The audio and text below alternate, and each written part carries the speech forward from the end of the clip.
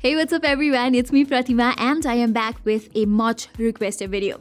Today I'll be comparing two of the most hyped mid-range phones of 2023, the Realme 10 Pro Plus and the Redmi Note 12 Pro Plus, and we'll tell you which one is a better value overall.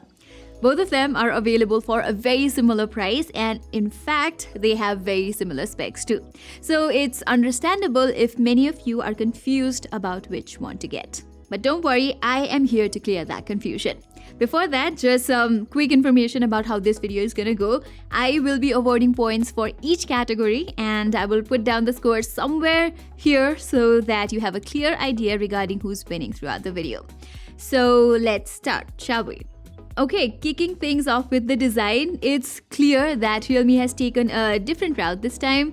While the Redmi Note 12 Pro Plus looks good enough for the price, the Realme 10 Pro Plus with its curvy sides and attractive color options has more distinguished visual aesthetics.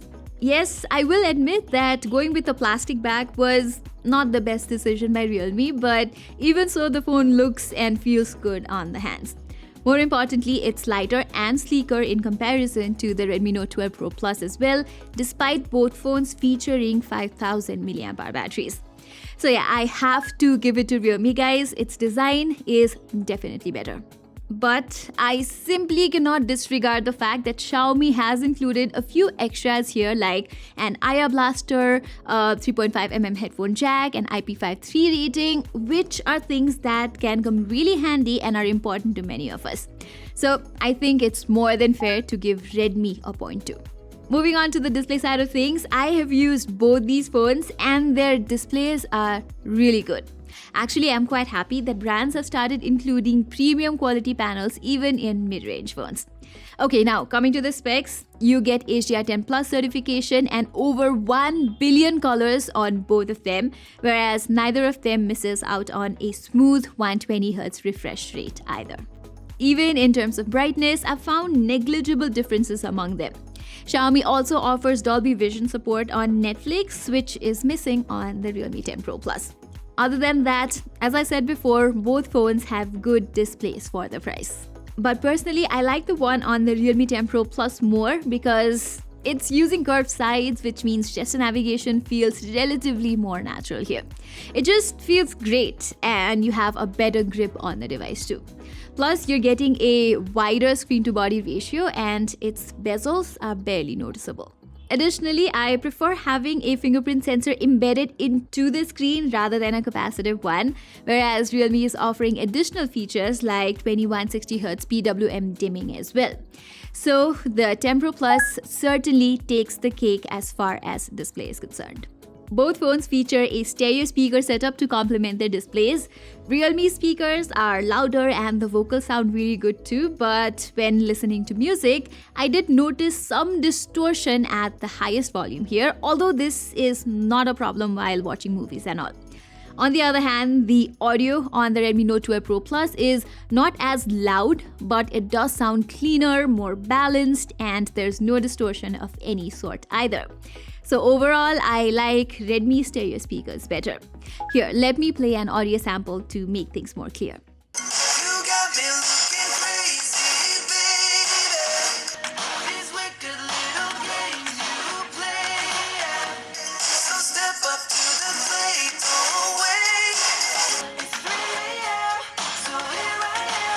Now, let's move to the performance side of things. Last year's Realme 9 Pro Plus and the Redmi Note 11 Pro Plus featured the same Dimensity 925G chip. And this year, both of them have followed that up with the new Dimensity 1080 processor. So with the same chipset at helm, their performance levels are very similar too, at least when it comes to normal day-to-day activities.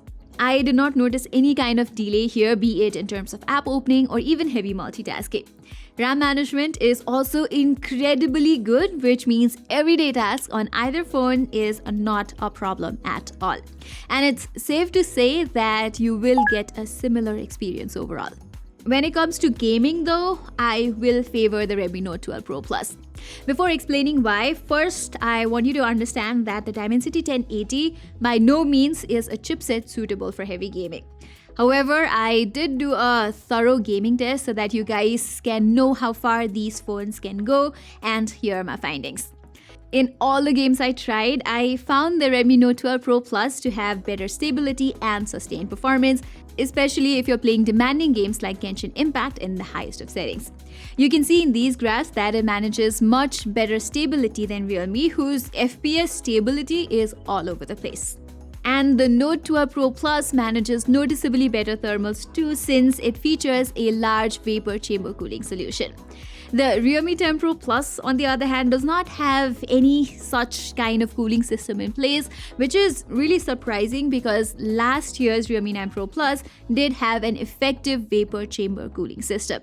As a result, when playing Genshin Impact for long sessions on both the phones, the surface temperature on the Redmi Note 12 Pro Plus never went above 35 degrees Celsius, whereas the Realme 10 Pro Plus reached around 40 degrees Celsius. I know that is not a lot, but you also have to consider that it's winter right now, so things will get more steamy during summer. It's not just about the FPS or temperature either. Xiaomi has also optimized games like Injustice 2, Oddmar, and Alto's Odyssey to run at higher FPS, while Realme has failed to do so. Therefore, even though normal performance is neck and neck on either of them, the Redmi Note 12 Pro Plus takes charge in the gaming department, which is why it leads the overall performance aspect too. But when it comes to user experience, software plays an equally important role, and we know that both Realme and MIUI are notorious for ads, bloatware apps, and that kind of stuff in their UI, especially in their mid-range devices. So when you get these phones, the first thing I will advise you to do is disable all the app recommendations and remove all the bloatware so that you can have a cleaner software experience. Anyway, you get Realme UI 4.0 based on Android 13 on the Realme 10 Pro Plus, while the Redmi Note 12 Pro Plus is still stuck on Android 12, which I think is simply not acceptable for a phone that just launched in 2023. Yes, Redmi has confirmed 2 years of further OS updates and 4 years of security patches for the 12 Pro Plus, but that only means that the phone sees the Android 14 update and that's it. On the other hand, Realme says the 10 Pro Plus will also get 2 years of OS updates, although it will receive 1 less year of security patches, which kind of evens out the score. I have to say though, I like the experience of using Realme UI more. It's lighter, simpler, and I get along with it quite well compared to MIUI, which I feel has been needing a revamp for quite some time. Despite years of redesigns and stuff, MIUI feels almost the same, and it's finally time for some much needed change. Even when it comes to UI optimization, I think Realme has done a slightly better job.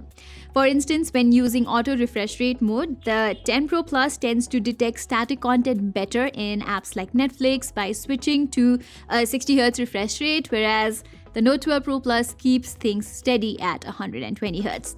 And I like how, while using social media apps like Facebook and Twitter, Realme switches to 90Hz.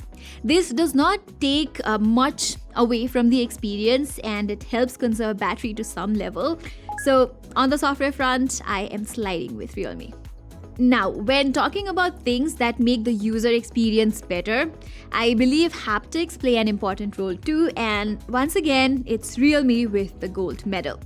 The Realme 9 Pro Plus had great haptics, so it does not come as a surprise that Realme has done it again. Not that Redmi's vibration feedback is bad or anything, but Realme is just better and it's crisp. And apart from adjusting vibration intensity, you also get so many options like choosing between softer or crisper feedback.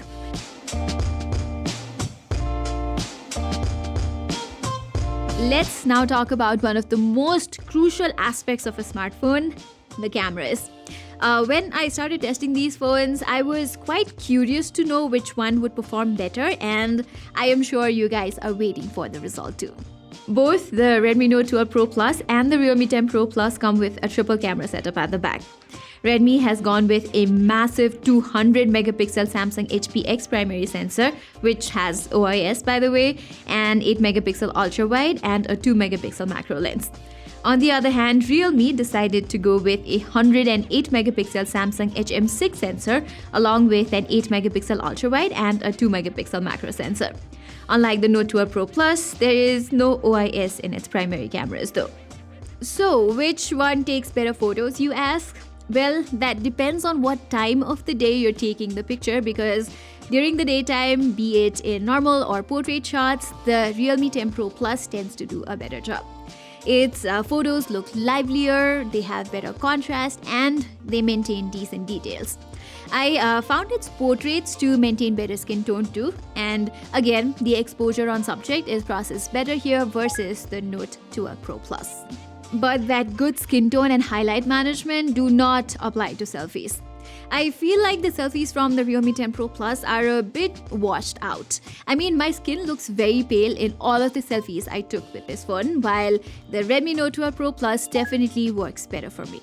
About the regular nighttime shots, the OIS on the Redmi Note 12 Pro Plus makes sure the photos look sharper. Realme's images generally tend to overdo the colors, and the processing looks a bit too much.